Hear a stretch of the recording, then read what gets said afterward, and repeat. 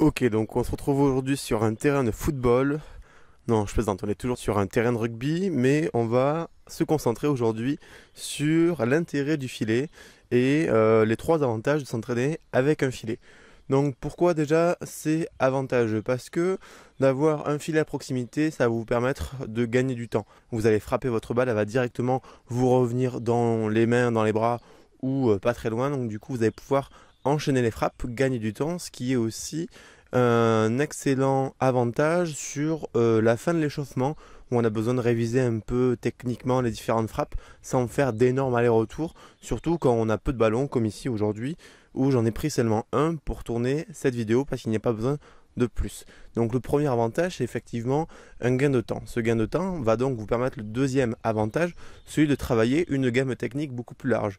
Du fait que vous n'allez pas avoir besoin de faire ces allers-retours comme je viens de le dire, vous allez pouvoir par exemple passer sur 3 minutes, travailler les tirs au but et vous allez peut-être frapper 10 frappes, 15 frappes en 3 minutes.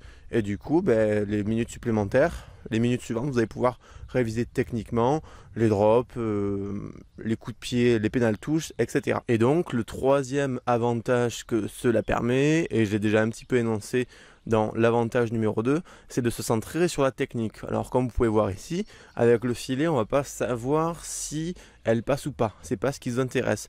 Le but ici, ça va être de se centrer sur soi, sur sa technique, encore une fois sur la conscience corporelle, pour savoir comment on se positionne, est-ce qu'on est bien en place, est-ce qu'on est avachi, etc.